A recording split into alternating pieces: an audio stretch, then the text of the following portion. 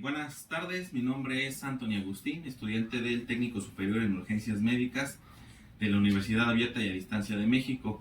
El día de hoy vamos a observar y a ejemplificar algunos términos de anatomía regional, lo que son términos de dirección, posición y movimiento.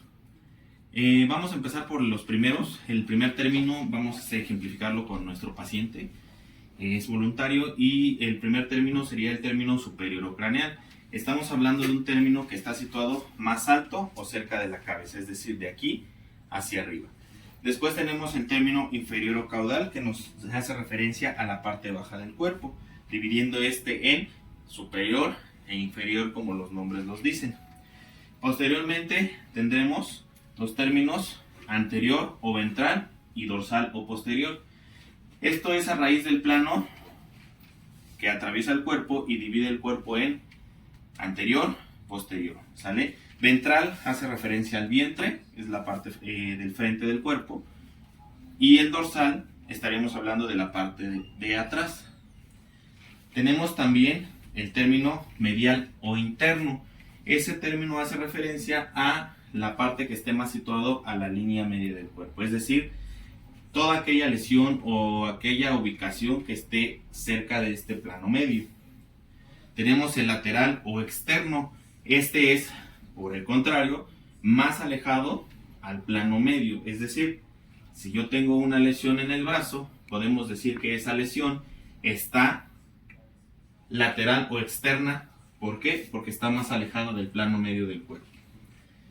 Tenemos los siguientes términos, que es superficial o profundo. Esto habla o hace referencia hacia la superficie del cuerpo o hacia el interior del mismo. Tenemos el término proximal y distal. ¿A qué hacen referencia estos?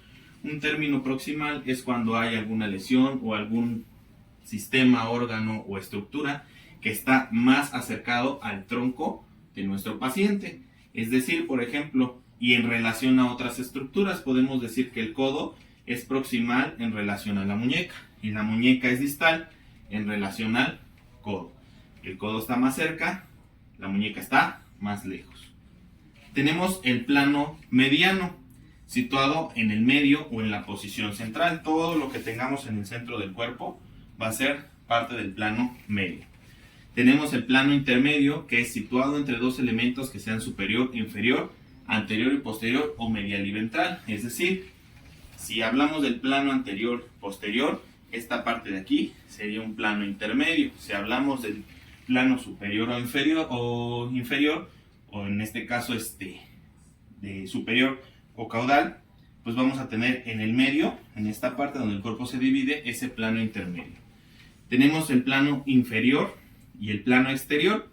Esto se refiere en relación a los órganos. Por ejemplo, si tenemos un órgano que estamos trabajando, podemos decir que relativamente va a ser interior si está más hacia adentro o exterior si está más hacia la parte externa del órgano en cuestión. Tenemos el término homolateral o ipsilateral. Este está situado del mismo lado que el componente del cual se está hablando. Es decir, si yo tengo, por ejemplo, el abdomen, yo puedo decir que tenemos una lesión ipsilateral al mesogastrio o al epigastrio, por ejemplo.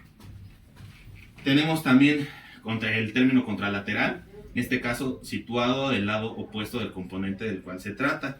Si estamos hablando del epigastrio, podemos decir que el mesogastrio sería el término contralateral, o en el caso de los flancos, en la división de 9 cuadrantes del abdomen, podríamos decir que el flanco izquierdo es contralateral al flanco derecho.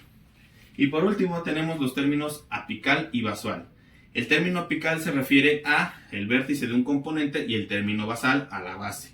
Un ejemplo muy claro es cuando nosotros hacemos una valoración o una evaluación de lo que son los pulmones.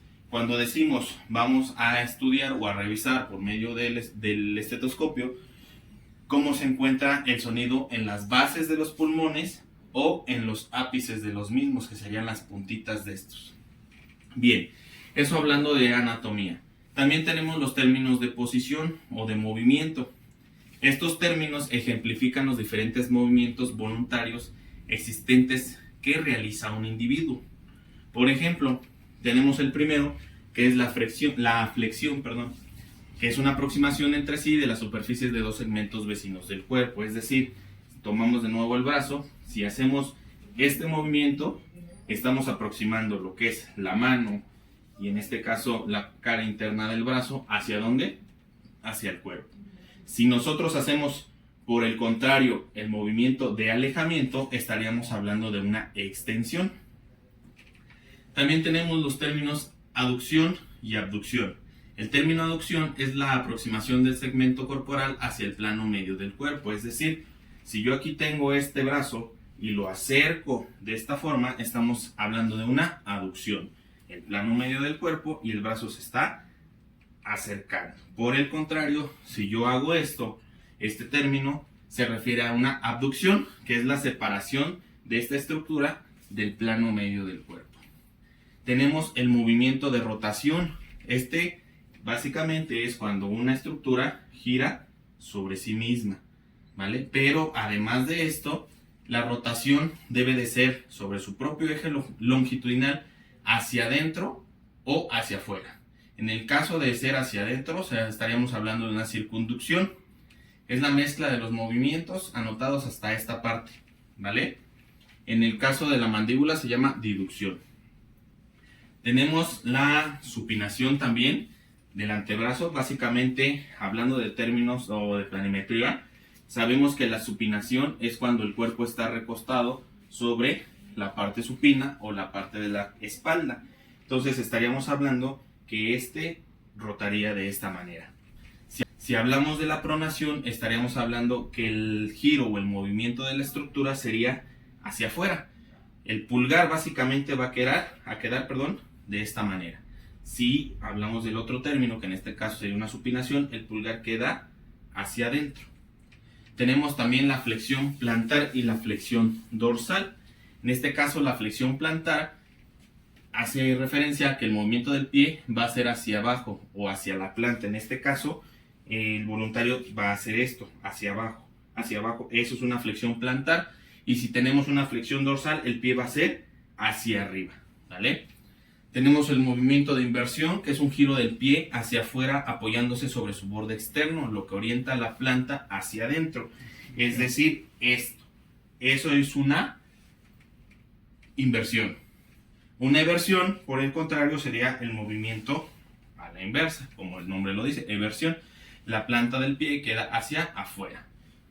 Tenemos también el movimiento de protrusión, que es la proyección hacia adelante de la mandíbula, la lengua o de los hombros, que sería básicamente un movimiento así. Tenemos también la retracción o retrusión, que es la proyección hacia atrás, exactamente como lo demuestra nuestro voluntario. Tenemos la oposición, que es un movimiento del pulgar que lo lleva a tocar la superficie de las palmas de las terceras falanges del segundo al quinto. Es decir, tenemos este movimiento y el dedo básicamente va a entrar de esta forma. Y por el contrario tenemos el movimiento de reposición, que es cuando el pulgar regresa de esa posición a la inicial, ¿vale? Y bueno, prácticamente o básicamente esos serían los términos de movimiento, posición y básicos de la anatomía que funcionan en el caso del TCU para poder dar una correcta orientación en los planos y estructuras del cuerpo.